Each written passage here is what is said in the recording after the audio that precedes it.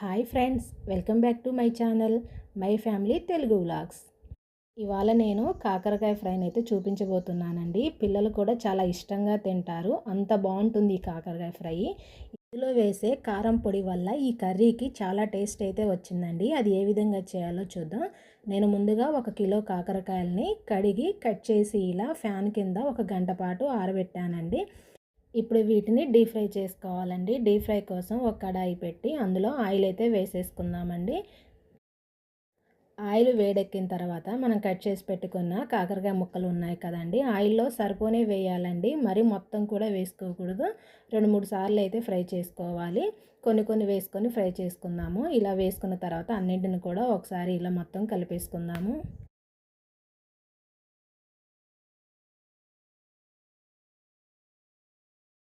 చూసారా, ఈ విధంగా అయితే మనం ఫ్రై చేసుకోవాలండి. మాడిపోకూడదు, అలాగని నల్లగా అవ్వకూడదు, అంటే పచ్చిగా ఉండకూడదండి. ఇలా వీడియోలో చూపిస్తున్న విధంగా కలర్ చేంజ్ అవుతే చాలండి, కొంచెం గోల్డ్ కలర్లోకి వస్తే చాలు. ఇలా ఫ్రై అయిన వాటిని ఒక గిన్నెలోకి అయితే తీసుకుందామండి. తర్వాత మిగిలిన ముక్కలన్నింటిని కూడా ఈ విధంగానే ఫ్రై చేసుకొని పక్కన పెట్టేసుకోవాలి.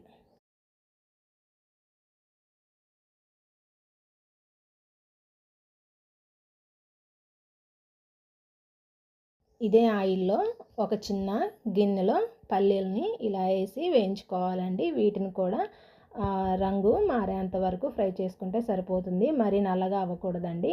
ఇలా మామూలుగా ఫ్రై అయిన తర్వాత తీసుకోవాలి, ఎందుకంటే వేడికి బయటకు వచ్చిన తర్వాత కూడా నల్లగా అయిపోతాయి. అలాగే ఒక గుప్పెడు కరివేపాకును కూడా ఈ ఆయిల్లోనే వేసుకొని ఫ్రై చేసుకోవాలి. వీటన్నింటినీ మనం వేయించి పక్కన పెట్టుకున్న కాకరకాయ ముక్కల్లో వేసుకోవాలి.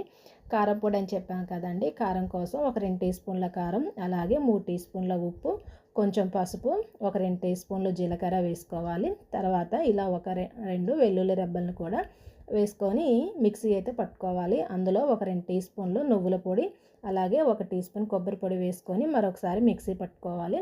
తర్వాత వీటిని మనం తాలింపు వేసుకోవాలండి. తాలింపు గింజలు, జీలకర్ర వేసుకొని ఈ పోపుని కొంచెం ఫ్రై చేసుకోవాలి. ఆ పోపులో మనము మిక్సీ పట్టుకున్న ఈ కారపొడిని అందులో వేసుకొని ఒక 2 నిమిషాల పాటు సిమ్లోనే మనం ఫ్రై చేసుకోవాలండి, ఎక్కువసేపు ఉంచుకోవద్దు. తర్వాత అది ఫ్రై అయిన తర్వాత మనం వేయించి పెట్టుకున్న ఈ కాకరకాయ ముక్కలన్నింటిని కూడా అందులో వేసి కారం మొత్తం కూడా బాగా పట్టేలాగా అయితే వీటిని కలుపుకోవాలి. మనము ఈ ముక్కల్ని కలుపుతున్నంతసేపు కూడా గ్యాస్ ఆన్లోనే ఉండాలండి, సిమ్లో ఉండాలి. అప్పుడు ముక్కలకు అనేది కారం బాగా పడుతుంది, ముక్క కూడా చాలా టేస్టీగా అయితే ఉంటుంది. మీరు కూడా ఒకసారి ట్రై చేయండి ఫ్రెండ్స్. మా పిల్లలైతే ఇంట్లో చాలా ఇష్టంగా అయితే తిన్నారు. అసలు కాకరకాయ ఫ్రై ఇంకొకసారి కావాలని కూడా అడుగుతారు, అంత టేస్టీగా అయితే ఉంటుంది. ఒకసారి మీరు కూడా ట్రై చేసి ఎలా వచ్చిందో కామెంట్ సెక్షన్లో కామెంట్ చేయండి. అలాగే ఈ వీడియోను కొత్తవారు చూస్తున్నట్టయితే మన ఛానల్ని సబ్స్క్రైబ్ చేయండి. Bye friends.